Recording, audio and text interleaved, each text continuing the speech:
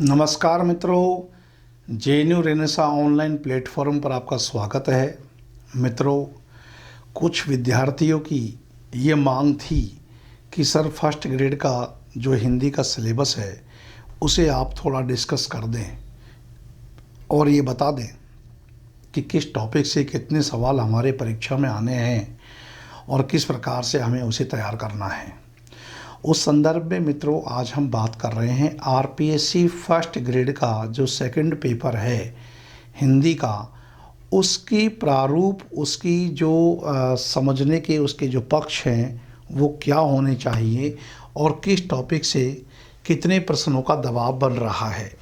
मित्रों देखिए, RPSC first grade के सिलेबस में कोई चेंजिंग होने वाली बात दिखाई नहीं दे रही है, सिवाय एक पहलू के कि जो 11th और 12th की पुस्तकें हैं वो पहले माध्यमिक शिक्षा बोर्ड की चलती थी, लेकिन अब वो एनसीईआरटी को लागू कर दिया है।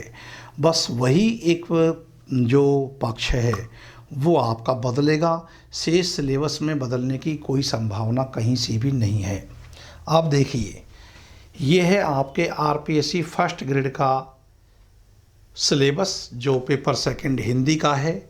इसमें खंड एक उच्च माध्यमिक स्तर है, ये भी दो भागों में बटा हुआ है, एक तो ए और एक आ, यानी कि ये उच्च माध्यमिक 12th लेवल का स्तर से क्वेश्चन यहाँ पूछे जाते हैं।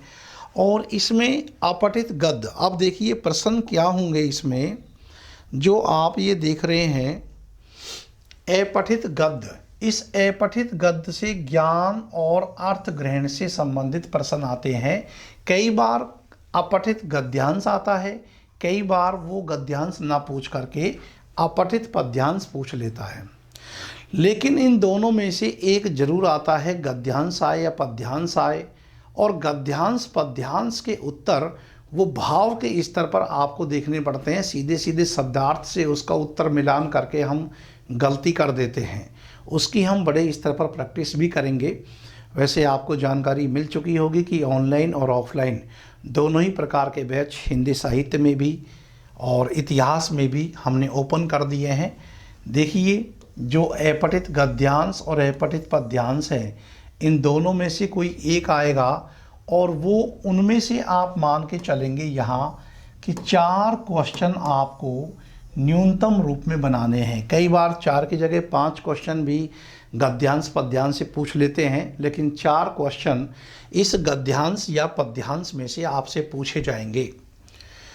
फिर ये जो कार्यालय लेखन आप देख रहे हैं, सरकारी पत्र, अर्ध सरकारी पत्र, विज्ञप्ति का ढांचा कैसा होता है, परिपत्र, निविदा, ज्ञापन और आदि सूचना, इन सब की जो मुख्य विशेषताएं हैं, मुख्य लक्षण है, इनका प्रारूप है वो किस प्रकार बनाया जाए, कहाँ दिनांक आती है, कहाँ प्रेषक है, कहाँ प्रेषित है, और इन सब पहलुओं को ध्यान में यदि आप अच्छे से रखते हैं तो यहाँ ये मैथ के से नंबर मिलते हैं। यहाँ पर कुछ भी कटने जुड़ने की संभावना नहीं होती है। और 3 क्वेश्चन निश्चित है कि आपके कार्यालय लेखन से पूछे जाएंगे। शब्दकोश से आपका एक सवाल परीक्षा में डेफिनेट आना है, एक क्वेश्चन आपका शब्दकोश से संबंधित होगा। व्याकरण का सामान्य ज्ञान, संधि, समास, उपसर्ग, प्रत्यय, पर्यायवाची, शुद्ध शब्दी वगैरह, वाक्य और शब्द का शुद्धिकरण, वाक्यांश के लिए एक शब्द, अनेकार्थी शब्द या शब्द युग्म।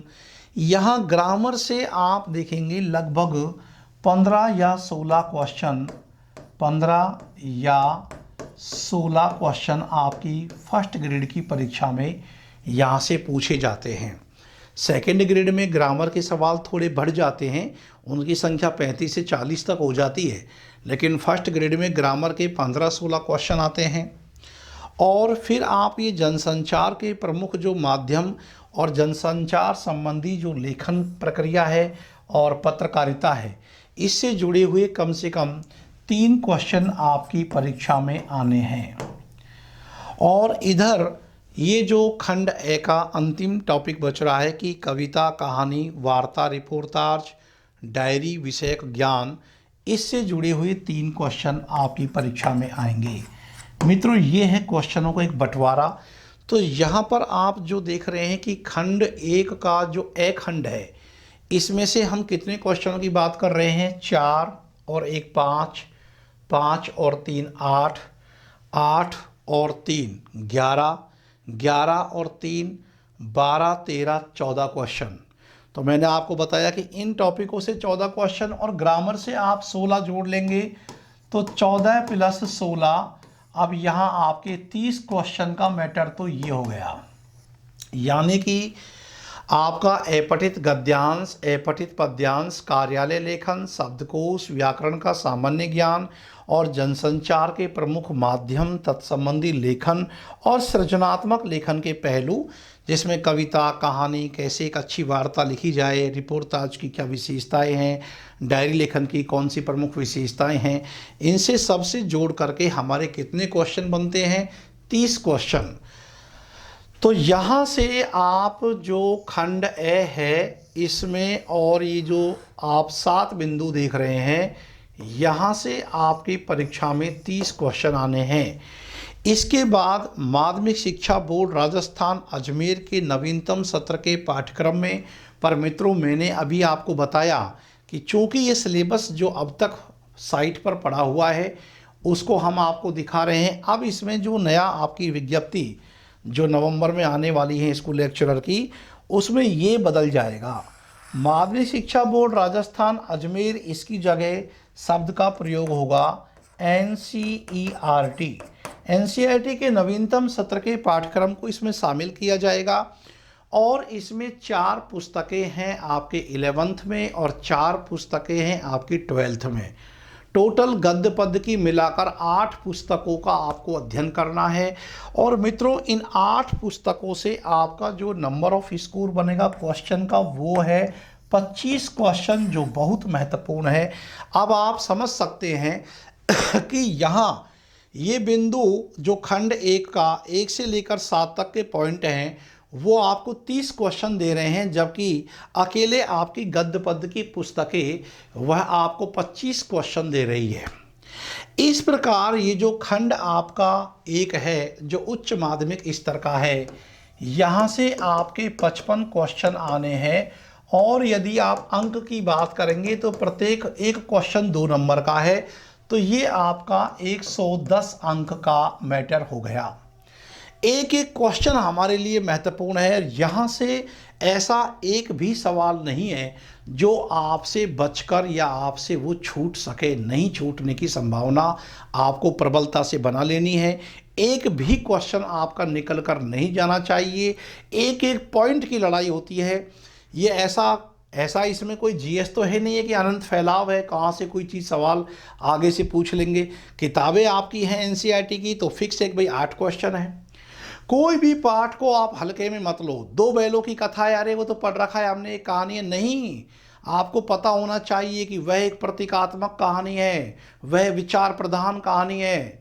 और वो बनारसी दास चतुर्वेदी ने जो विशाल भारत में प्रवासी अंक निकाला था उस समय, किस प्रकार कहानी राष्ट्रीय स्वाधीनता आंदोलन से जुड़ती है, किस प्रकार उसमें हीरा और मोती, और उसको हम कह देंगे कि जो हीरा और मोती है, एक जो हिंसक और एक अहिंसा में विश्वास करता है, उस समय के ये गांधीज्म और राष्ट्रीय उग्र राष्ट्रवादी आंदोलन से चीज़ों को जोड़ करके देखो। हिंदू और मुसलमानों की जो भावनाएं हैं उनसे जो वीर भरत तलवार ने कैसे जोड़कर चीज़ों को डिस्कस किया है। उदारवाद और उग्रवाद के कैसे सूत्र बनते हैं। वो सांड आता है जो ब्रिटिश साम्राज्यवाद का प्रतीक है, जिसको हीरा और मोती मिल करके जो है हराते हैं। उन सब पहलुओं को भी जो बगल के बड़े महत्वपूर्ण संदर्भ हैं उनसे जोड़ करके कहानी को देखें। पूछ लेंगे कहानी का प्रकाशन वर्ष क्या है, 1931। इस प्रकार से कोई भी गद्य रचना है या पद्य है, पद्य का तो शब्दार्थ से ज़्यादा महत्वपूर्ण भावार्थ है, कुछ भी निकल कर जाना नहीं चाहिए मित्रों। क्योंकि ये जो किताबें हैं जो देखने में लगता है कि अरे इनको हम पढ़ लेंगे, ये किताबें आपको 25 क्वेश्चन दे रहे हैं। और यदि इन पाठों का आपने गंभीर अध्ययन नहीं किया है तो बिना पढ़े तो उस पाठ से हमको क्या पता कि उसका जो कोई संदर्भ पूछ रहा है उसका हम उत्तर क्या देंगे। पात्रों के नाम से लेकर के भावार्थ वाले सवाल, महत्वपूर्ण प्रसंग, उनके प्रकाशन वर्ष, उनके रचनाकारों की विशिष्ट रचना धर्मिता, उन तमाम मूल्यों से आपको परिचित होने की आवश्यकता होगी। तो मित्रों यहाँ पर ये 55 क्वेश्चन जो आप एकदम से अपनी मुट्ठी में कर सकते हो, कहीं एक भी क्वेश्चन आपके बचने का पहलू बनाता ही नहीं है। तो ये आप ध्यान रखेंगे। ये मामला आपका जो खंड 1 का उच्च माध्यमिक स्तर का ए पार्ट है, ये 30 क्वेश्चन आपको देगा। विगत परीक्षाओं के प्रश्न पत्रों को भी आप देख सकते हो। और जो आ खंड है माध्यमिक शिक्षा बोर्ड, वो हट जाएगा और एनसीईआरटी आएंगी। एनसीईआरटी में 11 12 की टोटल 8 किताबें होंगी, जिसमें से आपसे 25 क्वेश्चन यानी कि 50 अंक का मैटर पूछा जाएगा। तो सबसे पहले तो आप अपनी एक रणनीति बना लेंगे कि भाई अब हमको कैसे पढ़ना है, ये हमको कैसे कवर करना है। क्योंकि मित्रों परीक्षा बहुत दूर नहीं है। आपको सुन करके बड़ा अजीब लग सकता है कि यार जिसकी विज्ञप्ति नहीं आई उसके बारे में ये कहना कि परीक्षा दूर नहीं है। मित्रों यही उलटबाजी है, और ये उलटबाजी आजकल आरपीएससी भरपूर मात्रा में कर रही है। जैसे ही आपका विज्ञापन निकलेगा, विज्ञापन के साथ ही आपको एग्ज़ाम की डेट मिल जाएगी। बहुत संभावना है कि ज़्यादा से ज़्यादा ये एग्ज़ाम मई तक जा सकता है। बस मई से पहले भी कभी भी हो सकता है, और मई के बाद तो बिल्कुल नहीं होगा। मई तक आप टारगेट लेकर चलेंगे पूरे कोर्स को। जब तक 5-7 बार रिवीजन नहीं कर लेंगे, बार बार की कुछ छूट नहीं जाए, जब तक बहुत अच्छी प्रश्नों के साथ प्रैक्टिस नहीं कर लेंगे, ये मौका आपका अंतिम है, आप ये मान के चलेंगे। इसके बाद तो नई शिक्षा भर्ती का नियम जुड़ जाएगा, और उसमें फिर इंटरव्यू कितने चरणों में परीक्षाएं होंगी आपको विदित ही नहीं है। इसलिए बहुत अच्छा ये गोल्डन टाइम आप मानकर चलेंगे फर्स्ट ग्रेड बनने का। इससे अच्छा कोई दूसरा मौका नहीं है मित्रों। तो सबसे पहले तो सिलेबस को दीवार पर चस्पा कर लीजिए आप। सुबह शाम उठते बैठते, जैसे कि वो सूरदास की गोपियाँ कहती है कि हम तो कान कान जकरी, तो ऐसे ही आप भी जो है इस सिलेबस में इतने डूब जाओ कि कोई भी पहलू आपसे छूट नहीं पाए। चलो ये तो बात हुई हमारी जो है खंड 1 उच्च माध्यमिक स्तर के ए और आ भाग के बारे में। अब बात करते हैं हम इसके बाद की स्थिति क्या है। इसके बाद लेवल में गहराई बढ़ जाएगी और स्नातक स्तर के अब सवाल आपसे पूछे जाएंगे। स्नातक स्तर जो आप देख रहे हो कि यहाँ हिंदी साहित्य का इतिहास ए पार्ट में हिंदी साहित्य का इतिहास है, और जो इसका बे पार्ट है उस बे पार्ट में यानी कि आ वाले में काव्यशास्त्र है। मित्रों देखो ये जो खंड 2 है, इस खंड 2 से टोटल सवाल की बात करेंगे आप तो टोटल क्वेश्चन इसमें से भी 55 क्वेश्चन आपसे पूछे जाएंगे जो 110 नंबर के हैं।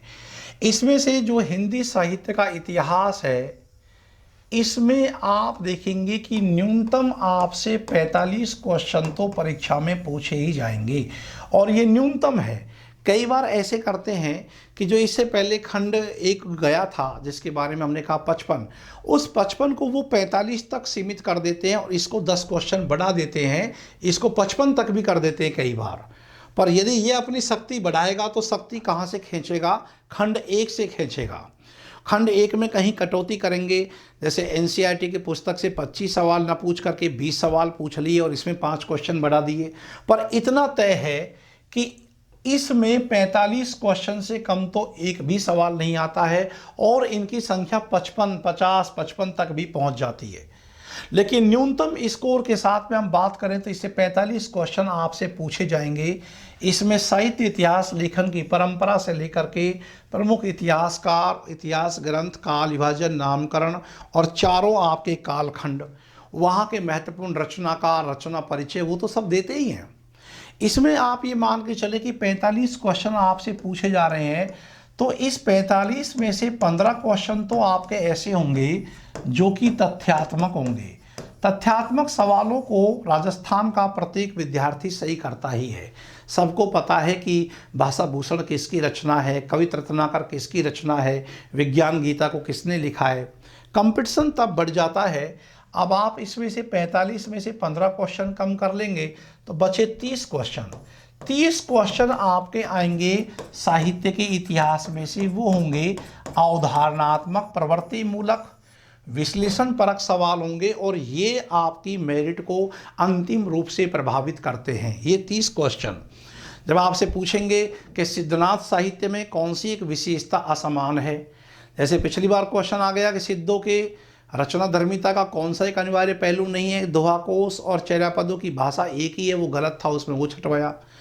ऐसे सवाल आपसे आएंगे तो ये आपको फिर जैन साहित्य, सिद्ध साहित्य, रासो साहित्य, इन सब की विशेषताओं को बहुत अच्छे से भक्ति काल में जो दोनों धाराएं हैं सगुण और निर्गुण, उनकी जो उपशाखाएं हैं चारों, उनमें समानता असमानता के बिंदु, और प्रमुख प्रमुख जो रचनाकार हैं जैसे कि जायसी है, कबीर है, सूर, तुलसी, मीरा, रसखान, रहीम, इनकी काव्यगत प्रवृत्तियों की विशेषताएं, वहाँ से सवाल बनते हैं। मीराबाई के बारे में कौन सा एक कथन संगत नहीं है, ऐसे सवाल। तो ये रचना धर्मिता के जुड़ी हुई सवाल हैं जो अवधारणात्मक श्रेणी में आते हैं। इसको डेवलप करना बहुत ज़रूरी है। सामान्यतया राजस्थान का विद्यार्थी तथ्यात्मक तैयारी बहुत अच्छे से कर लेता है, लेकिन उसके कॉन्सेप्ट क्लियर नहीं होते हैं, तो इस चीज़ पर आपको विशेष ध्यान देना है। तो इस प्रकार 45 क्वेश्चन तो आपके हिंदी साहित्य के इतिहास से हो गए मित्रों। यहाँ हिंदी साहित्य में आधुनिक काल तक और इसमें गद्य पद्य तमाम जोड़ करके हमने 45 क्वेश्चन इसमें आपको कम से कम निर्धारित किए हैं। अधिक से अधिक तो इनकी जो संख्या है वो आगे तक बढ़ सकती है। आगे तक बढ़ने का मतलब है कि वो 45 की जगह 50 और 55 तक भी हो जाते हैं। पिछले पेपर इसका प्रमाण है।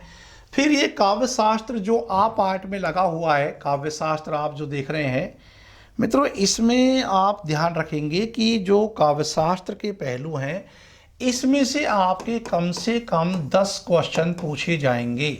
इस प्रकार आपके 45 क्वेश्चन साहित्य के इतिहास के और 10 क्वेश्चन यहाँ काव्य शास्त्र के, तो 55 क्वेश्चन का ये डायग्राम ये तो तय है जो आरपीएससी ने इसको निर्धारित कर रखा है।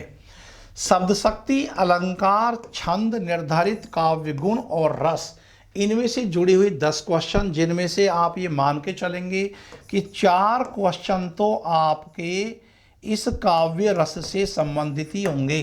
संचारी भाव, रसावयव आ गया, तो सात्विक अनुभाव, विभाव, अनुभाव, आश्रय, आलंबन, इन सब के पहलुओं से जुड़े हुए 4 क्वेश्चन, और बाकी जो काव्य गुण है, छंद है, अलंकार और शब्द शक्ति, इन चारों पहलुओं से और इस काव्य के रस से मिलाकर के आपके 10 क्वेश्चन परीक्षा में आने हैं। मैंने आपको बताया कि एक एक प्रश्न आपके लिए बेहद महत्वपूर्ण साबित होगा। यहाँ से आपसे लक्षण पूछ सकते हैं, कोई उदाहरण दे करके आपसे काव्य गुण या कि आपसे अलंकार या शब्द शक्ति छटवा सकते हैं, छंदों की परिभाषा देकर पूछ सकते हैं, कोई पंक्ति देकर के छंद पहचाने, ऐसे सवाल तो बहुत आसानी से बनाए जाते हैं। तो यहाँ से 10 क्वेश्चन का मैटर है। और मित्रों, इस बात को बताने में कोई संकोच मुझे नहीं है कि काव्य शास्त्र सामान्यतया विद्यार्थियों का कमज़ोर मिलता है, तो इस पहलू को अपनी ताकत बना लेंगे आप। अपने हिंदी साहित्य के इतिहास और काव्य शास्त्र का दायरा बहुत बड़ा व्यापक नहीं है। हम ये नहीं कह सकते कि आरपीएससी फर्स्ट ग्रेड का जो सेकंड पेपर है उसका बहुत बड़ा सिलेबस नहीं है। उसमें बचता ही क्या है, बस आपका साहित्य का इतिहास हो और आपका काव्य शास्त्र पे आपकी पकड़ हो, ग्रामर की आपको जानकारी हो, बस हो गया काम। इतना ही इसका सिलेबस है। तो यहाँ पर आपके 10 क्वेश्चन निर्धारित हैं। इस प्रकार हिंदी साहित्य का इतिहास और काव्य शास्त्र को मिलाकर टोटल कितने क्वेश्चन बन रहे हैं आपके, तो कुल 55 क्वेश्चन जो कितने अंक के हो गए, 110 अंक का मैटर आपका ये है मित्रों। इसके बाद में ये जो आप देख रहे हैं खंड 3, ये है स्नातकोत्तर लेवल का। यहाँ आपसे उम्मीद की जाती है कि आपके विषय की गहराई सर्वोत्तम हो और बहुत हायर स्तर की हो, इसलिए ये स्नातकोत्तर स्तर में रखा गया है, जिसमें काव्य हेतु, लक्षण, काव्य का प्रयोजन, रस निष्पत्ति, साधारणीकरण, ध्वनि सिद्धांत, वक्रोक्ति सिद्धांत, अरस्तु का अनुकरण सिद्धांत और लॉन्जाइनस का उदात्त तत्व और एक मार्क्सवाद, ये पहलू जोड़ रखे हैं। और यहाँ से हमारी परीक्षा में 10 क्वेश्चन आने हैं। इस प्रकार हिंदी के टोटल कितने क्वेश्चन हो गए, 55 क्वेश्चन, 55 क्वेश्चन, और सेकंड भाग से 55 क्वेश्चन, और थर्ड भाग से खंड थर्ड से आपके 10 क्वेश्चन। टोटल आपके हो गए कितने, 5 5 10, 5 5 10 11 और 1 12, 120 क्वेश्चन हो गए, जो कितने नंबर के हो गए, कुल 240 अंक की आपकी इसमें हिंदी है। और शेष तो मित्रों आप जानते हो कि बाकी बचे हुए 30 क्वेश्चन मनोविज्ञान के आते हैं। इस बार रेनेसा प्लेटफॉर्म पर मनोविज्ञान की बहुत बेहतरीन तैयारी संजय शर्मा सर हैं वो करवा रहे हैं। मनोविज्ञान को भी कैसे एक जमीनी यथार्थवाद से जोड़ करके समझा जाए, आजकल प्रश्नों की बढ़ोतरी इस प्रकार से हो रही है। तो मित्रों मनोविज्ञान को भी आप हल्के में ना लें, क्योंकि पिछली बार मनोविज्ञान के जो 30 क्वेश्चन थे अधिकांश विद्यार्थी 10, 12, 15 पर रुक गया था, जबकि मनोविज्ञान में आपका स्कोर कम से कम 30 में से 28 क्वेश्चन का होना चाहिए, तब जा कर के हम इस परीक्षा को टॉप करेंगे। मित्रों मनोविज्ञान में संजय शर्मा सर अपना योगदान देंगे और उनका ये दावा है और वादा है कि उनसे बचकर कुछ निकले नहीं। और हिंदी तो आपको पता ही है कि मुझसे कुछ छूटता ही नहीं है।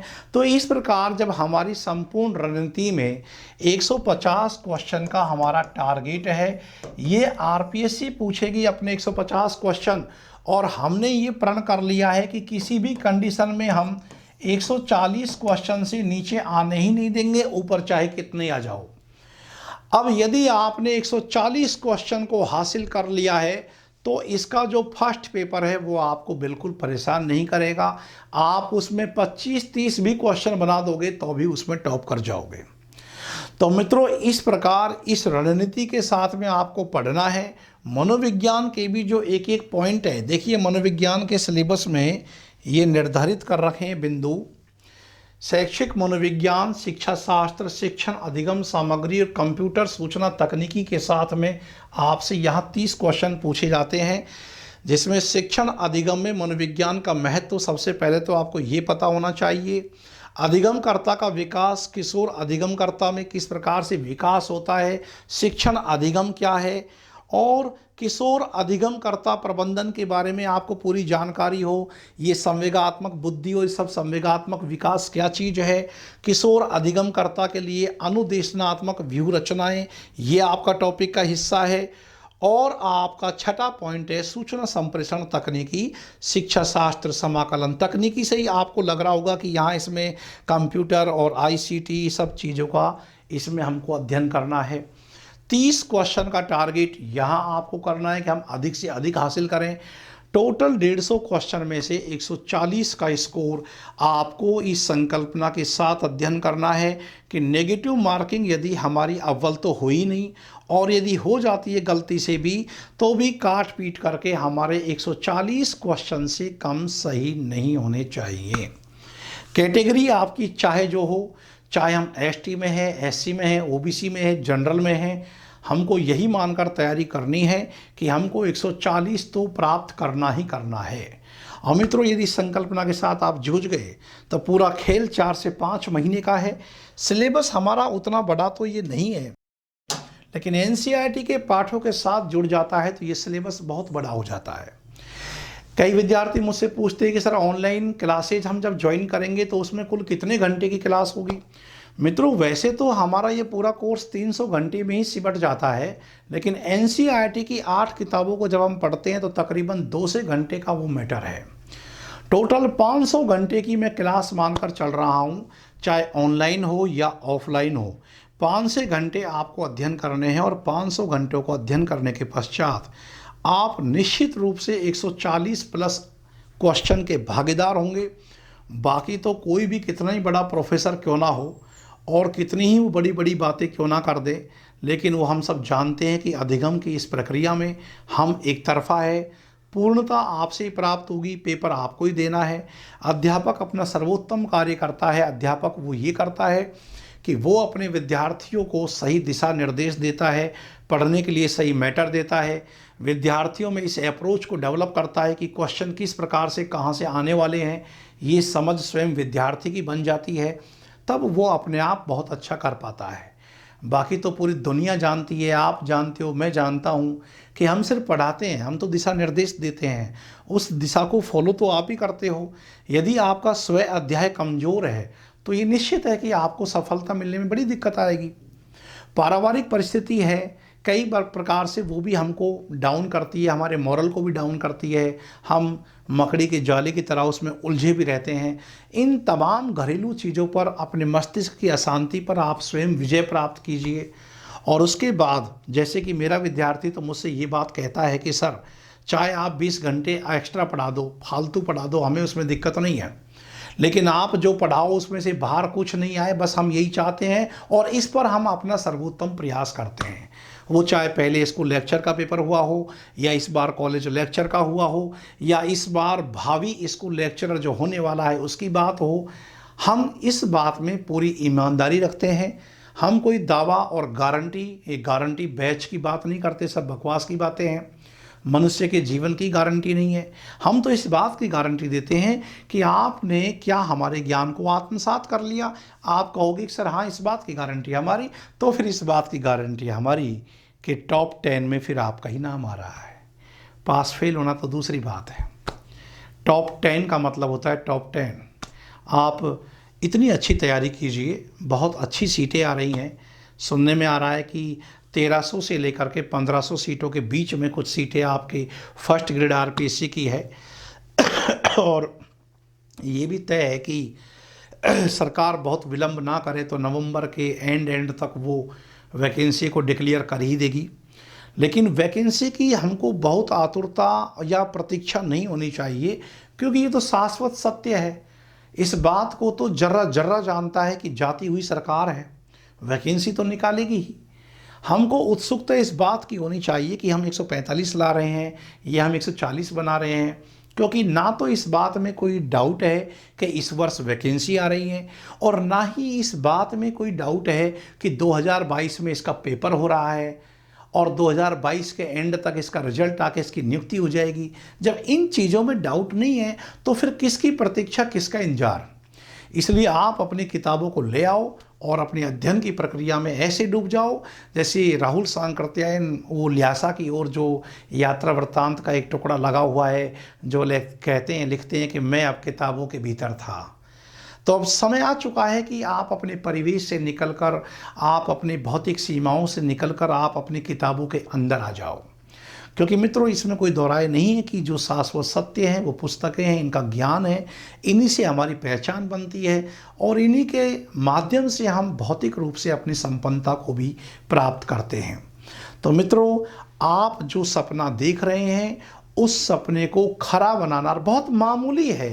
ये कोई बहुत बड़ा हुआ नहीं है जो और स्कूल लेक्चरर कुछ नहीं है। स्कूल लेक्चरर चंद्रकांत देवतालन जैसे पत्थर फेंक रहा हूँ और बस उसको मिल गया साहित्य अकादमी पुरस्कार, उसी प्रकार से भयभीत होने की जरूरत नहीं है। बहुत छोटी सी पोस्ट होती है स्कूल लेक्चरर, इतनी सी पोस्ट होती है और उसको प्राप्त करने में उतना ज़्यादा स्ट्रगल भी नहीं है। लेकिन हाँ, चूँकि हमको समझ का दायरा बहुत गहरा और बहुत व्यापक करना है तो 4-5 महीने की साधना तो इसमें डूब के करनी पड़ती है। और इतनी अच्छी तैयारी कर लो कि निकट भविष्य में आने वाली कॉलेज लेक्चरर की वैकेंसी में भी आप अपना झंडा गाड़ दो।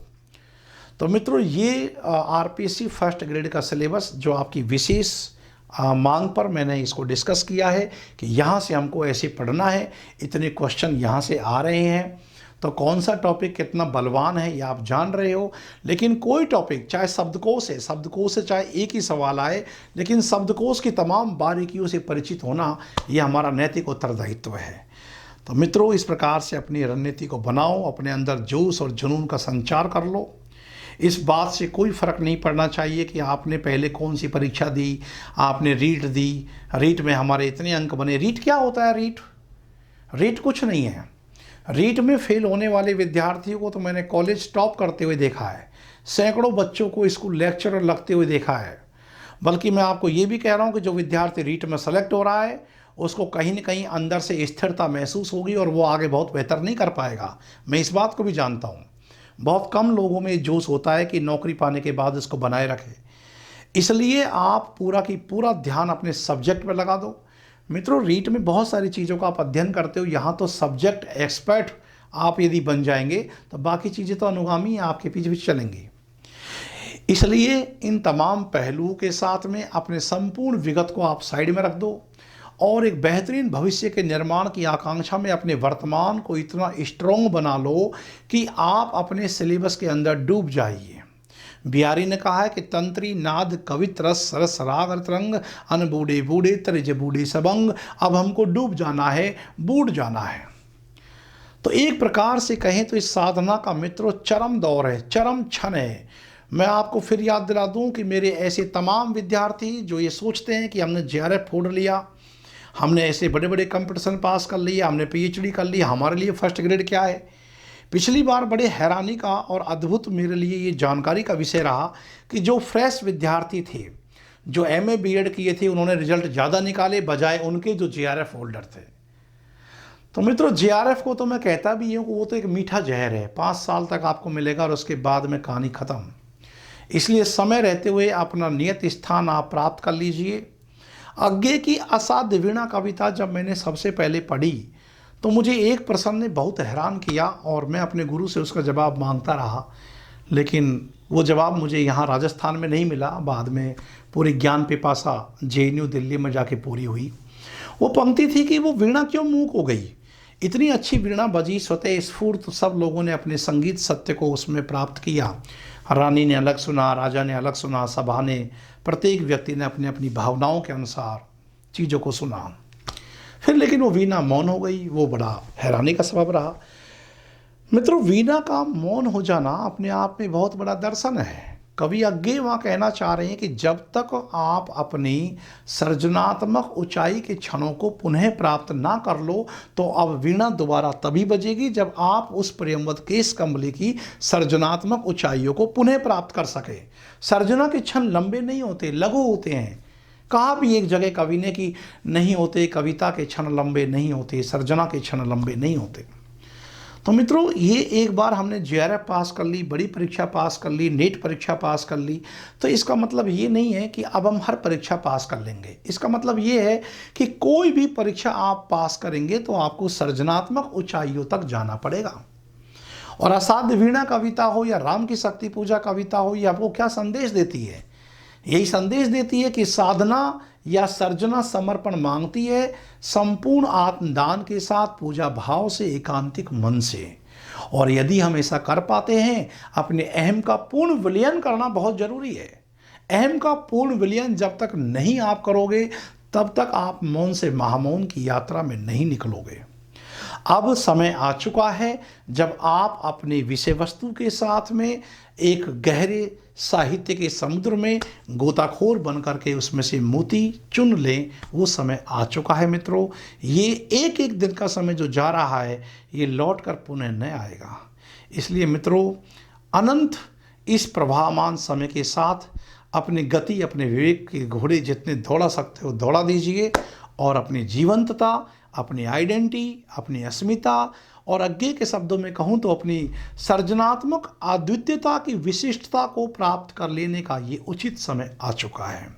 मैं आपका सारथी, हिंदी साहित्य का एक विद्यार्थी अर्जुन सिंह एएस चौधरी। आप जुड़े रहे, बने रहे और जी जान से तैयारी कीजिए। आपके रथ को आगे बढ़ाने वाला मैं आपके साथ खड़ा हूँ। नमस्कार।